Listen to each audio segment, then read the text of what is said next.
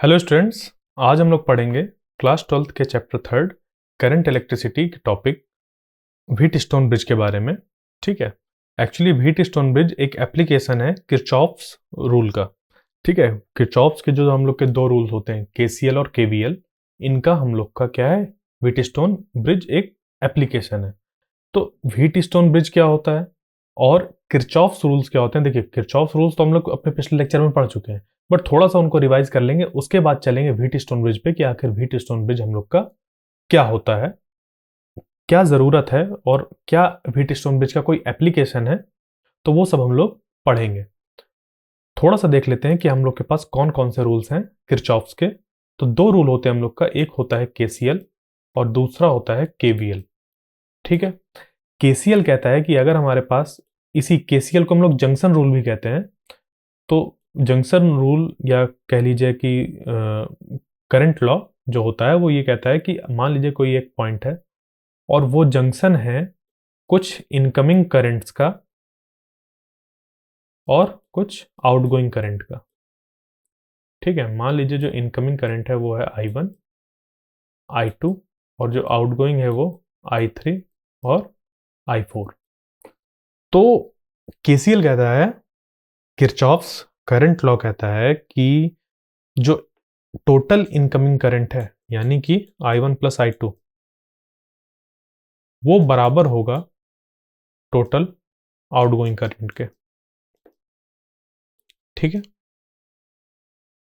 दूसरा, केवीएल ये कहता है कि देखिए, जैसे कि पिछले लेक्चर में हम लोग ने डिस्कस किया था कि किरचॉफ्स जो रूल्स हैं वो हम लोग को एक बहुत कॉम्प्लिकेटेड सर्किट में हर एक ब्रांच में करंट की वैल्यू बता पाना और रजिस्टर के क्रॉस कितना वोल्टेज ड्रॉप हो रहा है वो बता पाना बहुत इजी कर देता है। यानी कि सर्किट को एनालाइज करना बहुत आसान कर देता है किरचॉफ्स रूल्स। तो इसमें जो केवीएल वाला हिस्सा है वो क्या करता है, जो भी एक कॉम्प्लेक्स सर्किट होता है उसमें ढूंढता है एक छोटा सबसे पहले लूप। ठीक है। जैसे कि एक रजिस्टर ऐसे लगा है, फिर यहाँ पर एक रजिस्टर लगा है, उसके बाद दूसरा रजिस्टर लगा है, फिर एक बैटरी लगी है। ठीक है। उसके बाद फिर यहाँ पर एक ऐसा बैटरी लगी हुई है, उसके बाद फिर एक रजिस्टर है, फिर एक ऐसा रजिस्टर है। ठीक है। इस तरीके से हम लोग के पास कई इस तरीके से चीज़ें बनी हुई हैं। और उसके बाद फिर यहाँ से हम लोग से कहा गया कि बताइए कि यहाँ पर इस ब्रांच में कितना करंट हो गया, कितना वोल्टेज होगा, ये सब हम लोग को बताना है। तो अगर ये वाला रेजिस्टेंस मान लीजिए ये R1 है, ये 30 ओम का मान लीजिए, ये 30 ओम का है। ठीक है। ये 4 ओम का है, लेट अस सपोज ये 2 ओम का है, ये 10 ओम का है, ये 1 ओम का है। ठीक है। ऐसा कुछ है। ये मान लीजिए 40 ओम का है, ऐसे ये 1 ओम का है। ठीक है। ये 42 वोल्ट का है, इस तरीके से। और ये इसकी इसकी मान लीजिए 10 वोल्ट की ये बैटरी है। तो इसमें सबसे पहले हम लोग क्या करेंगे, छोटा सा लूप, हमें सबसे पहले करंट की डायरेक्शन बनानी होती है। तो हम लोग क्या करेंगे, एक कोई पॉइंट चूज करेंगे और इस पर हम बना लिए जैसे कि करंट की डायरेक्शन इस पे ये ऐसी है और इस ब्रांच में ऐसी है और इस ब्रांच में ऐसी है। ये हम लोग ने करंट की डायरेक्शन बना ली। फिर उसके बाद सबसे एक छोटा सा लूप कंसिडर करते हैं। हम लोग ने ये लूप कंसिडर किया। तो केवीएल कहता है कि जिस पॉइंट से आप चले एक लूप में, ये जो आपने लूप ऐसा कंसिडर किया, ये वाला, ये इस लूप में जिस पॉइंट से भी आप चलना चालू किए वहां से आप हर एक जो कंपोनेंट है उसके अक्रॉस पोटेंशियल का या वोल्टेज का आप एल्जेब्रिक सम लीजिए। तो वापस उसी पॉइंट पर आने में वो हो, उन सब का एल्जेब्रिक सम बराबर 0 होगा। यानी कि इसमें करंट मान लीजिए ये I1 है, ये I2 है और ये I3 करंट है। तो I1 इंटू 30 I1, उसके बाद यहां से यहां तक देखिए करंट की डायरेक्शन इस पे इधर है और क्या कौन सा करंट है, I3। यहां से लेकर यहां तक एक ब्रांच है ना ये, तो यहां पर करंट की वैल्यू सेम रहेगी। यहां पर करंट की वैल्यू क्या होगी, सेम होगी। ये मैं बहुत बार बता चुका हूं।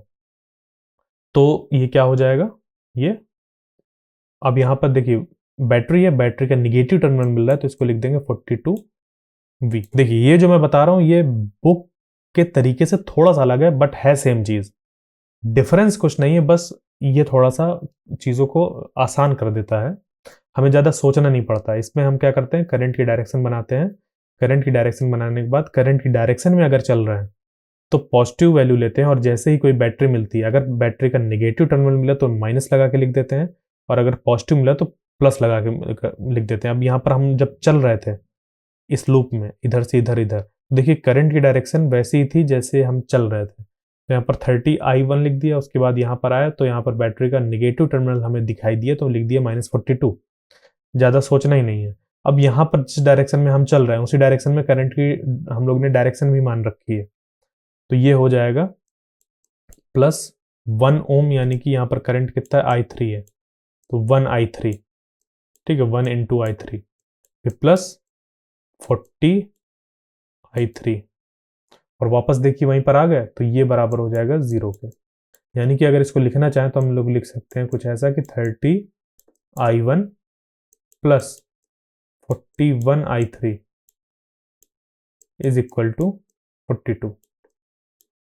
ठीक है, बात क्लियर हुई। तो जिस पॉइंट से हम लोग चलना चालू किए उसी पॉइंट पर वापस आने में जो अलजेब्रिक सम होता है वो 0 के बराबर होता है। हर एक कंपोनेंट के पोटेंशियल डिफरेंस का अलजेब्रिक सम 0 के बराबर होता है। तो प्लस माइनस हम लोग को ध्यान में रखना होता है कि कैसे क्या लेना है, इसको हम अपने पिछले लेक्चर में अच्छे से डिस्कस कर चुके हैं और आज इसका रिवीजन कर लिया। अब बढ़ते हैं आगे व्हीटस्टोन ब्रिज के बारे में, जो कि क्या है, एक एप्लीकेशन है किरचॉफ रूल का, और उसी की हेल्प से ही हम लोग क्या देख पाते हैं, एक बहुत ही इंटरेस्टिंग डिवाइस बनता है जिसको कि मीटर ब्रिज कहते हैं। वो बात अलग है कि अब मीटर ब्रिज आपके सिलेबस में नहीं है, बट फिर भी क्वेश्चन ऐसे पूछे जा सकते हैं जिसको कि अभी हम आगे डिस्कस करेंगे कि किस तरीके के क्वेश्चन पूछे जा सकते हैं, भले ही मीटर ब्रिज आपके सिलेबस में नहीं है, बट व्हीटस्टोन ब्रिज का क्योंकि एप्लीकेशन है मीटर ब्रिज। ठीक है, देखिए किरचॉफ रूल का एप्लीकेशन है व्हीटस्टोन ब्रिज, और व्हीटस्टोन ब्रिज का एप्लीकेशन है मीटर ब्रिज। ठीक है, और मीटर ब्रिज अब हम लोग के सिलेबस में नहीं है, मीटर ब्रिज अब हम लोग के सिलेबस में नहीं है, बट फिर भी क्वेश्चन फॉर्म हो सकते हैं। मीटर ब्रिज के नाम से फॉर्म नहीं होंगे, व्हीटस्टोन ब्रिज के नाम से ही होंगे, बट वो एक्चुअल में क्वेश्चन मीटर ब्रिज के होंगे। तो आप उस पर कुछ कर भी नहीं सकते कि नहीं ये तो हमारे सिलेबस में ही नहीं है। क्यों? क्योंकि व्हीटस्टोन ब्रिज तो है, तो इसको छोड़ना नहीं है, इसको बहुत अच्छी तरीके से पढ़ना है। क्लियर? तो देखिए सबसे पहले क्या है, जैसे अभी बात करी कि व्हीटस्टोन एक ऐसा अरेंजमेंट होता है सर्किट का, जैसे कि ये दिखाई इलेक्ट्रिकल कंपोनेंट्स का एक ऐसा सर्किट होता है जिसमें कि इलेक्ट्रिकल कंपोनेंट्स कुछ ऐसे जुड़े हुए होते हैं। तो देख लेते हैं कैसा। जैसे कि यहाँ पर बात की जाए तो हम लोग के पास 4 रजिस्टर है, ये 4 रजिस्टर ऐसे जुड़े हुए हैं, एक स्क्वायर है, और स्क्वायर की हर एक आर्म में एक रजिस्टर जुड़ा हुआ है, एक R1, R2, R3 और R4। ठीक है, अभी ये अननोन वगैरह जो लिखा है ये आप भूल जाइए। ठीक है, ये चीज अभी आप भूल जाइए। क्या लिखा हुआ है इस पे, R1, R2, R3 और R4, इनमें ध्यान दीजिए। एक स्क्वायर जैसा हम लोग का शेप जिसमें कि हर एक आर्म में रजिस्टर है, साथ ही में एक डायगोनल के क्रॉस लगा हुआ है गैल्वेनोमीटर। क्या लगा हुआ है? गैल्वेनोमीटर। तो गैल्वेनोमीटर क्या है? गैल्वेनोमीटर एक डिवाइस है जो कि किसी आर्म में या किसी सर्किट में फीबल से फीबल करंट को डिटेक्ट करने का काम करता है। ठीक है, खास बात यह है कि जो गैल्वेनोमीटर होता है वो करंट को मेजर नहीं करता, डिटेक्ट करता है फीबल से फीबल यानी कि कमजोर से कमजोर करंट को। जैसे होता है ना कि बहुत हल्की हल्की हवा चल रही हो, तो बहुत ढेर सारे ऐसे पेड़ होंगे जो आवाज नहीं करेंगे, बट पीपल का पेड़ जो होगा वो क्या करेगा? आवाज करने लगेगा। अब आपने गौर किया है, कभी नहीं किया है, बट ये होता है ऐसा। तो उस पे क्या होता है, कहने का मतलब कि ये एक ऐसा डिवाइस है गैल्वेनोमीटर कि हल्के से हल्का करंट फ्लो करेगा। अगर किसी जगह पर मान लीजिए ये एक इसके क्रॉस ऐसे लगा हुआ है, तो इस आर्म में अगर बहुत कम वैल्यू का भी करंट इस पे होगा तो भी ये क्या कर देगा? इस पे ऐसे सुई बनी होती है, वो क्या करेगा, ऐसे सुई को घुमा देगा। ठीक है, ऐसे ऐसे होता है और उस पे ऐसे सुई बनी रहती है, तो सुई को घुमा देगा। तो वो सुई जब घूमेगी तो हमें पता चल जाएगा कि इसमें करंट मौजूद है इस आर्म में। तो galvanometer is a device which is used to detect the feeble current in a electrical circuit. ठीक है यहां तक। तो एक ऐसा स्क्वायर जैसा जिसमें कि 4 रजिस्टर और एक डायगोनल के क्रॉस लगा हुआ है गैल्वेनोमीटर, और दूसरे डायगोनल के क्रॉस, ये देखिए दूसरे डायगोनल के क्रॉस, ये जो दूसरे डायगोनल के वाले जो पॉइंट्स हैं, इसके क्रॉस लगी बैटरी। अब बैटरी इसके बाहर तरफ ऐसे बना रखी है, तो इसका मतलब ये नहीं कि वो डायगोनल पे नहीं लगी, डायगोनल पे ही लगी है। इस बैटरी को आप एज्यूम करिए कि ये यहां से कनेक्टेड है ऐसे, बट क्योंकि यहां पर ऐसे बनाने में क्लस्टर्ड हो जाता, चीजें क्या हो जाती, क्लस्टर्ड हो जाती, तो इस बैटरी को बाहर ऐसे बना दिया गया है। जबकि अरेंजमेंट ये व्हीटस्टोन ब्रिज का कैसा है कि एक स्क्वायर जैसा है और उस पे एक डायगोनल के क्रॉस गैल्वेनोमीटर लगा है और दूसरे डायगोनल के क्रॉस बैटरी लगी है। क्लियर यहां तक, यहां तक कोई डाउट? ठीक है, तो ये जो अरेंजमेंट हुआ इसको हम लोग कहते हैं व्हीटस्टोन ब्रिज, और क्योंकि ये ऐसा जो बना हुआ अरेंजमेंट, इसको कह देते हैं कि ब्रिज हैज 4 रजिस्टर्स। इस ब्रिज में 4 रजिस्टर्स हैं। ठीक है, एक डायगोनल के क्रॉस गैल्वेनोमीटर और दूसरे डायगोनल के क्रॉस हम लोग का बैटरी लगा हुआ है। ठीक है, अब बढ़ते हैं आगे और इस पे देखते हैं कि किस तरीके से जो किरचॉफ रूल है उसका इस्तेमाल करके हम लोग एक व्हीटस्टोन ब्रिज का एक एप्लीकेशन हम लोग ढूंढेंगे कि क्यों हम लोग इस तरीके के पढ़ रहे हैं और क्या मतलब है इसका। ठीक है, धीरे धीरे समझ पे आएगा। ठीक, अब देखिए इसमें अगर नाम दिया जाए करंट्स का, तो दे दीजिए कि ये वाला जो करंट है यहां पर, इसके क्रॉस जो करंट फ्लो कर रहा है वो मान लीजिए कि IG है। कितना है? IG करंट है। क्लियर? उसके बाद यहां पर हम लोग ने क्या किया, जो डिफरेंट डिफरेंट आर्म में करंट की वैल्यू थी वो पुट कर दी। यहां से यहां तक देखिए कोई जंक्शन है नहीं है, तो यहां से लेकर यहां तक जो करंट की वैल्यू होगी वो सेम होगी, तो इसको नाम दे दिया I2। ऐसे करंट की डायरेक्शन बना दी, क्योंकि देखिए कैसे बनाया कि मान लिया कि यहां से ऐसे करंट जा रहा है, यहां से गया और 2 हिस्सों में ब्रेक हो गया, एक इधर और एक इधर, तो इसको I2 नाम दे दिया और इसको I1। तो I1 और I2 दो करंट ऐसे ब्रेक हो गए। उसके बाद फिर यहां से आगे ऐसे मान लीजिए बढ़े और यहां से बढ़ते हुए एक करंट इधर I4 बना दिया। ठीक है, इधर I4 बना दिया और ये गैल्वेनोमीटर वाली आर्म में एक करंट IG बना दिया। देखिए मैं पहले भी कह चुका हूं, करंट की जो डायरेक्शन है आप कैसे भी बना सकते हैं, वो मैटर नहीं करेगी। अगर आपने सही बनाया होगा तो वैल्यू पॉजिटिव निकलेगी, गलत बनाया होगा तो निगेटिव निकलेगी। बस इतना फर्क पड़ेगा, तो आपको पता चल जाएगा जैसे ही निगेटिव होगा कि आपने करंट की डायरेक्शन गलत बना दी थी, जो वैल्यू है उसका जो मैग्नीट्यूड है वो सही निकलकर आएगा हमेशा। फिर यहां से आप क्या करेंगे, देखिए ये वाला करंट इधर से आ रहा है और ये वाला करंट इधर से आ रहा है, तो आगे बढ़ जाएगा एक I3 करंट, ऐसे नाम दे दिया। तो देखिए हर एक आर्म में हमें पता चल गया कि करंट की वैल्यू कितनी है। ठीक है, यहां तक कोई प्रॉब्लम? अब इसमें खास बात यह है कि एक स्पेशल केस लेते हैं जो कि हमारे इंटरेस्ट का है, और वो ये है कि लेट अस सपोज कि इस जगह पर इस आर्म में करंट 0 हो जाए। इस आर्म में जब करंट 0 होगा तो ऐसा लगेगा कि ये चीज यहां मौजूद ही नहीं है। जब यहां पर करंट 0 यानी कि ये यहां पर मौजूद ही नहीं है, तो जब ये यहां पर मौजूद नहीं है यानी कि ये यहां पर किसी तरीके का कनेक्शन नहीं है, यहां पर किसी तरीके का जंक्शन नहीं है। तो यहां पर अगर जंक्शन नहीं है तो यहां से लेकर यहां तक यानी कि ऐसे ये सब का सब कैसा है, एक सीरीज में है। किसमें है? ये सब का सब क्या हो जाएगा, एक सीरीज में हो जाएगा, यानी कि जो I2 की वैल्यू होगी वो बराबर हो जाएगी I4 के। ठीक है, यही चीज बताई थी कि सीरीज में कभी भी जो करंट की वैल्यू होती है वो सेम होती है। तो अगर यहां पर ये IG 0 हो जाए यानी कि गैल्वेनोमीटर के क्रॉस अगर करंट 0 हो जाए, यानी कि गैल्वेनोमीटर से किसी भी तरीके का करंट पास ना हो, तो क्या होगा, यहां पर कोई जंक्शन जैसा यहां पर चीज नहीं होगी और यहां से लेकर यहां तक सेम करंट होगा, तो I2 इक्वल टू I4 हो जाएगा। इसी तरीके से I1 इक्वल टू I3 हो जाएगा। जो कि हम लोग ने ऐसा ऑब्टेन कर लिया। और ये कब है? जब IG इज इक्वल टू 0 है, और यही हम लोग का एक स्पेशल केस जिसपे कि हम लोग इंटरेस्टेड है व्हीटस्टोन ब्रिज में। ठीक है, और ये वाली जो कंडीशन होती है जब गैल्वेनोमीटर से कोई करंट फ्लो नहीं हो रहा था, गैल्वेनोमीटर पर जो करंट होता है वो कितना होता है? 0 होता है। उस केस को हम लोग कहते हैं बैलेंस कंडीशन। क्या कहते हैं? Balance condition. तो अगर किसी ने कहा कि व्हीटस्टोन ब्रिज बैलेंस कंडीशन में है, यानी कि ये जो IG है, IG यहां पर 0 है, उसकी जो वैल्यू है वो 0 है, यानी कि गैल्वेनोमीटर से पास होने वाला करंट कितना है? 0 है। और उस केस में जो गैल्वेनोमीटर है वो किसी भी तरीके का डिफ्लेक्शन शो नहीं करेगा। ठीक है, यहां पर किसी भी तरीके का वो डिफ्लेक्शन शो नहीं करेगा। ठीक है, तो अगर कहा जाए कि डिफ्लेक्शन शो नहीं कर रहा है गैल्वेनोमीटर व्हीटस्टोन ब्रिज में, यानी कि वो व्हीटस्टोन ब्रिज कैसा है? बैलेंस कंडीशन में है। या फिर कहा जाए कि इस पे करंट जो है गैल्वेनोमीटर के क्रॉस वो 0 है, यानी कि वो बैलेंस कंडीशन में। या फिर कह दिया जाए कि बैलेंस कंडीशन में है व्हीटस्टोन ब्रिज, तो उस पे IG की वैल्यू क्या होगी? 0 होगी, या गैल्वेनोमीटर में कोई डिफ्लेक्शन शो नहीं करेगा।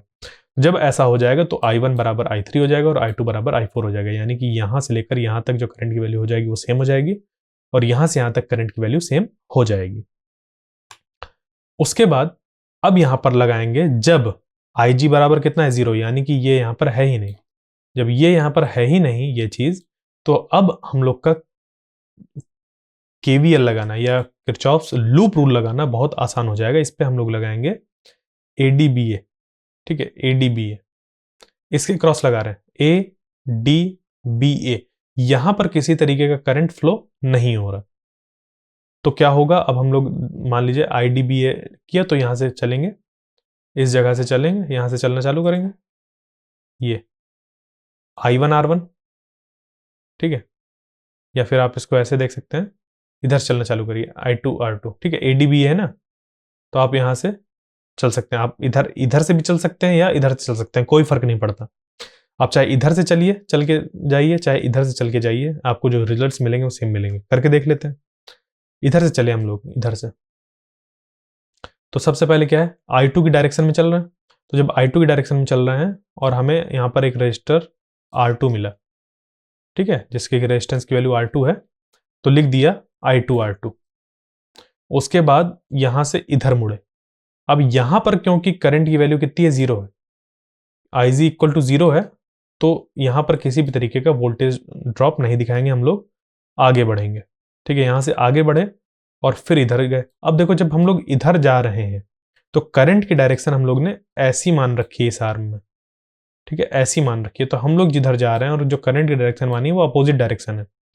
तो यहां पर हम लोग को लिखना होगा -I1R1। क्या लिखना होगा?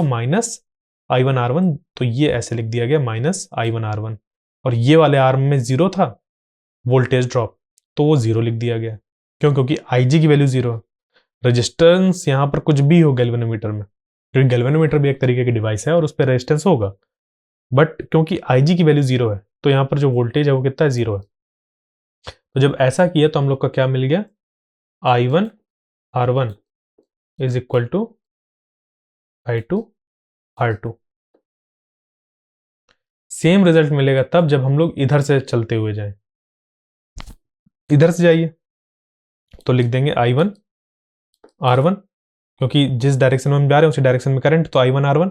इधर गए, यहां पर 0 हो जाएगा ये। उसके बाद यहां से यहां जाएंगे तो इधर माइनस हो जाएगा, -I2 R2 इक्वल टू 0। ये कर दिया। देखिए I1 R1 बराबर I2 R2, ये आ गया। क्लियर? ये हम लोग का यहां पर बन गया। तो ये इक्वेशन और ये इक्वेशन सेम ही निकल कर आई। तो मैं बता रहा था कि आप इधर से चलें या उधर से चलें, फर्क नहीं पड़ता। ठीक है, जो उसको निकलना होगा वो वही निकल कर आएगा। ये हो गया यहां तक। इसी तरीके से हम लोग क्या करते हैं? अप्लाई करते हैं इसको इसके दूसरे आर्म में। ठीक है, इसको इसके दूसरे आर्म में अप्लाई करते हैं, जो कि दूसरे लूप में अप्लाई करते हैं, जो कि हम लोग का ऐसा ये वाला, इसको मान सकते हैं हम लोग ये वाला लूप। तो इस लूप पे जब हम लोग लगाएंगे तो ये मिल जाएगा कितना? या कह लीजिए आप इस पे लगा लीजिए यहाँ से, ठीक है, इस पे मान लीजिए लगा रहे हैं इस पे, ठीक है। तो इसमें देखो जो I4 की वैल्यू है, जब यहाँ पर IG 0 है, जब IG 0 है तो I2 बराबर हो जाएगा I4 के, यानी कि I4 बराबर हो जाएगा I2 के। और जब I4 I2 के बराबर हो गया और इस रेजिस्टेंस की जो नाम है वो R4 है, या नाम कह लीजिए या इसकी वैल्यू कह लीजिए, रेजिस्टेंस की वैल्यू R4 है, तो I2 into R4, I2 into R4 यहाँ से आगे गए, फिर यहाँ से हम लोग को ये इधर 0 मिल गया। उसके बाद इधर देखिए यहाँ पे अपोजिट डायरेक्शन हो जाएगा, तो यहाँ पर जो I3 है वो बराबर I1 है, वो I3 बराबर I1 है, तो I1 इंटू R3 कर दिया, ये माइनस में आ गया क्योंकि करंट की डायरेक्शन अपोजिट थी, इस तरीके से आ गया, ठीक है। ये जब यहाँ से फिर आगे जाएंगे तो 0 है ये, तो ये 0 से यहाँ पर ये 0 हो गया। ये हम लोग को इक्वेशन मिल गई I2 R4 plus 0 minus I1 R3 equal to 0, ठीक है। R4 के साथ यहाँ पर I4 आना चाहिए, बट I4 I2 के बराबर है, और हमें क्योंकि इस इक्वेशन को इसके साथ रिलेट करना है तो हम डायरेक्ट I2 इंटू R4 लिख दिया गया यहाँ पर। इसी तरीके से यहाँ पर I3 इंटू R3 होना चाहिए, जबकि हम लोग ने I1 R3 लिखा है, क्यों? क्योंकि I3 I1 के बराबर है, कब? जब यहाँ पर डिफ्लेक्शन 0 था, गैल्वेनोमीटर में करंट 0 था, यानी कि IG 0 था, बैलेंस कंडीशन में था जब व्हीटस्टोन ब्रिज, उस केस में हम लोग किरचॉफ्स लूप रूल लगाकर सॉल्व कर रहे हैं। तो इससे जो इक्वेशन बनेगी वो बन जाएगी I2 R4 is equal to I1 R3। तो एक मिल गई हमें ये और दूसरी मिल गई ये। इसको अब आप क्या करिए, अरेंज करिए। तो जब इसको अरेंज करेंगे तो ये बन जाएगा ऐसा, पहली वाली इक्वेशन से I1 by I2 is equal to R2 R1, R2 by R1, I1 by I2 equal to R2 by R1, और दूसरे का से मिल गया हमें I1 by I2 is equal to R4 by R3। तो जब इन दोनों को हम लोग इक्वेट करेंगे, दो अलग अलग इक्वेशन से मिला है, ये वाली इक्वेशन मिली है यहाँ पर लूप बनाकर केवीएल लगाने में, और ये वाली मिली है इस जगह पर एक लूप बनाकर केवीएल लगाने में, ठीक है। तो इन दो को हम लोग क्या करेंगे, जब इक्वेट करेंगे तो R2 by R1 is equal to निकल कर आ जाएगा R4 बाई R3, ठीक है। जब हम लोग को ऐसा मिल गया, अब यहां पर हम लोग क्या कर सकते हैं, अप्लाई कर सकते हैं, मतलब इस रिलेशन, ये जो रिलेशन निकल कर आया इसको कहते हैं balanced condition of Wheatstone bridge. अब खास बात यहां पर यह है कि अगर हम लोग के पास एक व्हीटस्टोन ब्रिज है और उसको बैलेंस कंडीशन में लाना है, बैटरी यहां पर कुछ भी हो, बैटरी यहां पर कुछ भी लगी हो, बट अगर इस व्हीटस्टोन ब्रिज को, जिसको कि ये कहते हैं ये, इस व्हीटस्टोन ब्रिज को अगर बैलेंस्ड कंडीशन में लाना है तो जो रजिस्टर्स की वैल्यू होनी चाहिए वो ऐसी होनी चाहिए कि इस रजिस्टर का रेशियो निकालो इस रजिस्टर के साथ, वो बराबर होना चाहिए इसका अपॉन इसका जो रेशियो होगा, यानी R2 by R1, R2 by R1 is equal to R4 by R3। जब ऐसा होगा तो इस पॉइंट पर पोटेंशियल और इस पॉइंट पर पोटेंशियल होगा सेम, जिसकी वजह से इसके अक्रॉस जो पोटेंशियल डिफरेंस होगा, जो पोटेंशियल डिफरेंस यानी कि जिसे कहते हैं वोल्टेज, वो 0 होगा। तो जब वोल्टेज 0 होगा, क्या होगा, जब वोल्टेज 0 होगा तो जो करंट है इसके अक्रॉस वो भी 0 हो जाएगा, क्योंकि रेजिस्टेंस यहां पर 0 नहीं हो सकता, क्योंकि एक डिवाइस लगी है, डिवाइस में रेजिस्टेंस तो होगा ही होगा। तो यहां पर जब ये 0 है, जब ये V 0 है, तो I भी क्या हो जाएगा, 0 के बराबर निकलकर आ जाएगा, ठीक है। तो ये होती है balance condition of Wheatstone bridge. अब इस कंडीशन का इस्तेमाल करके हम लोग एक डिवाइस बनाते हैं जिसको कि मीटर ब्रिज कहा जाता है। भले ही वो आपके सिलेबस में नहीं है, बट उसका कैसे इस्तेमाल करना है, क्या करना है, आइए अब उसको देखते हैं। तो ये जो कंडीशन आ गई, ये आ गई हम लोग की balance condition of Wheatstone bridge, यानी कि अगर रजिस्टर इस तरीके से हैं, R2 by R1 is equal to R4 by R3 है, तो हम लोग का ये जो व्हीटस्टोन है वो बैलेंस कंडीशन में कहलाएगा। और यहां पर गैल्वेनोमीटर में किसी भी तरीके का डिफ्लेक्शन नहीं होगा, क्योंकि जो IG की वैल्यू होगी वो होगी 0, या फिर यहां से यहां तक जो पोटेंशियल डिफरेंस होगा BD के क्रॉस वो होगा 0। पोटेंशियल डिफरेंस कितना होगा? 0 होगा। ठीक है, क्लियर है यहां पर ये चीज? तो जब इस तरीके की आती है बात तो इसको हम लोग कहते हैं नल डिफ्लेक्शन या जीरो डिफ्लेक्शन। तो जब गैल्वेनोमीटर में नल डिफ्लेक्शन या जीरो डिफ्लेक्शन शो कर रहा होता है उस चीज को हम लोग कहते हैं balance condition of these 4 resistors, यानी कि व्हीटस्टोन ब्रिज एक बैलेंस कंडीशन में होता है और हमें ये एक रिलेशन मिलता है। ठीक है, अब इसी रिलेशन का हम लोग इस्तेमाल कर सकते हैं। मान लीजिए इसमें से कि 3 वैल्यू आपको पता हो तो क्या आप चौथी वैल्यू नहीं निकाल सकते? अगर आपको ये वैल्यू दे दी जाए कि ये इसकी वैल्यू जो है वो 2 है, इसकी 5 है, इसकी 10 है, तो आप ऐसा नहीं कर सकते 2 divided by 5 into 10 is equal to R4? हाँ या ना? तो 5 2 टाइम्स और R4 की वैल्यू 4 ओम निकल कर आ जाएगी। ठीक है, ऐसा नहीं है कि यहाँ 4 लिखा हुआ इस वजह से 4 ओम मैं निकाल रहा हूँ, बस वो निकल कर आ गया। ठीक है, तो ऐसा मत समझ लीजिएगा कि R4 है तो 4 ओम निकल कर आ रही, नहीं, ऐसा कुछ नहीं। यहाँ पर मैं कुछ अलग वैल्यू ले सकता हूँ। इसका मान लीजिए मैंने 7 लिख दिया। यहाँ पर जो R2 की वैल्यू है वो 7 है, यानी कि इस रेजिस्टेंस की वैल्यू 7 ओम है और R1 जो है ये 5 ओम है। यहाँ पर हम लोग ने R3 अगर मान लीजिए 10 मिला, ठीक है, तो जो अननोन यहाँ पर रजिस्टर होगा उसकी वैल्यू निकल कर आ जाएगी कितनी? 14। कितनी निकल कर आ जाएगी? 14 निकल कर आ जाएगी, यानी कि ये 14 होगी। देख पा रहे हैं? 7/5 इज इक्वल टू 14/10, यानी कि इसका रेशियो और इसका रेशियो कैसा है? बराबर है। उस केस में यहां पर जो करंट की वैल्यू होगी वो होगी 0। ठीक है, ये तो हम लोग मैथमेटिक्स के अकॉर्डिंग कर रहे थे कि हमें अगर 3 वैल्यू पता है तो हम चौथी वैल्यू फाइंड कर ले रहे थे।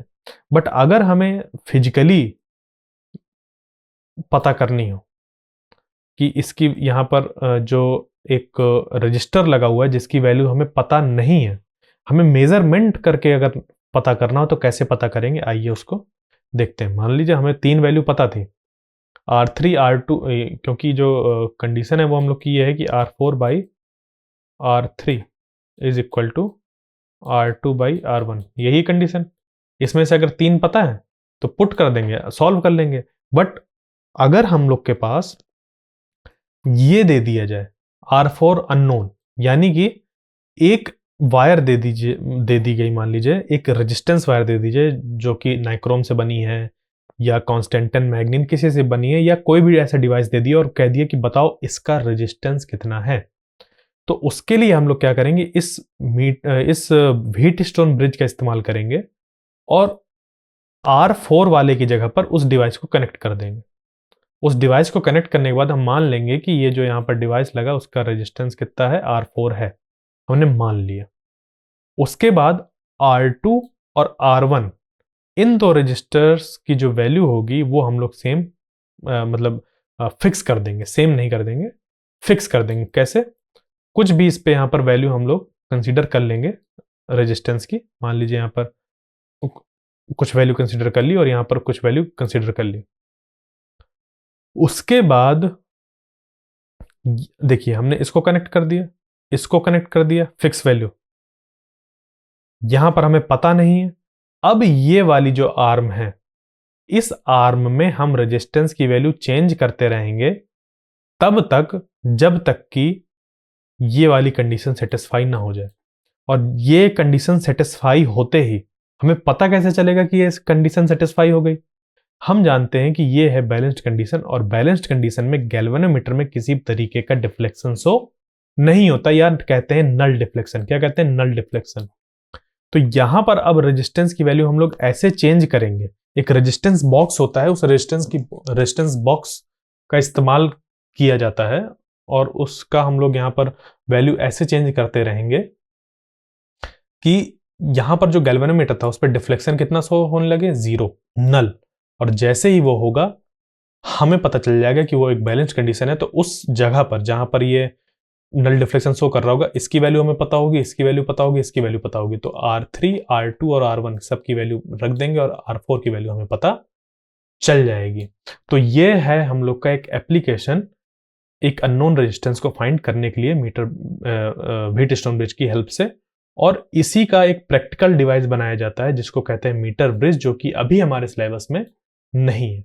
बट मीटर ब्रिज में कुछ ऐसी ही चीजें हम लोग करते थे, उस पर और भी आगे करते थे, तो वो हमें डिस्कस नहीं करना क्योंकि वो हमारे सिलेबस में ही नहीं है।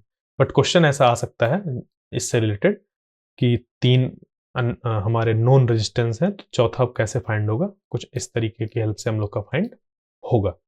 तो क्या क्या याद रखना है हमें व्हीटस्टोन ब्रिज में, कि व्हीटस्टोन ब्रिज एक अरेंजमेंट होता है, स्क्वायर शेप्ड एक अरेंजमेंट होता है जिसमें कि हर एक आर्म में रेजिस्टेंस होते हैं और उनकी एक बैलेंस्ड कंडीशन निकल कर आती है। ये अगर इस रेशियो में वो है, मतलब इस कंडीशन को अगर सेटिस्फाई कर रहे हैं, यानी कि वो व्हीटस्टोन ब्रिज एक हम लोग का बैलेंस कंडीशन में होगा, और उस केस में ये जो गैल्वेनोमीटर है वो नल डिफ्लेक्शन या जीरो डिफ्लेक्शन, या कहा जाए कि किसी भी तरीके का डिफ्लेक्शन यहाँ पर शो नहीं करेगा, यानी कि इस आर्म के थ्रू जो करंट होगा वो जीरो होगा, क्योंकि जब करंट नहीं तो यहाँ पर किसी तरीके का डिफ्लेक्शन नहीं। तो ये सारी चीजें थी जो कि हमें व्हीटस्टोन ब्रिज से रिलेटेड याद रखनी है, और इसी के साथ ही हम लोग का जो ये थर्ड चैप्टर है क्लास 12 का वो फिनिश हुआ। आई होप आपको जो चीजें थी समझ पे आई होंगी। अब जो अगला चैप्टर होगा हम लोग उसके साथ अगला लेक्चर लेंगे। तब तक के लिए थैंक यू।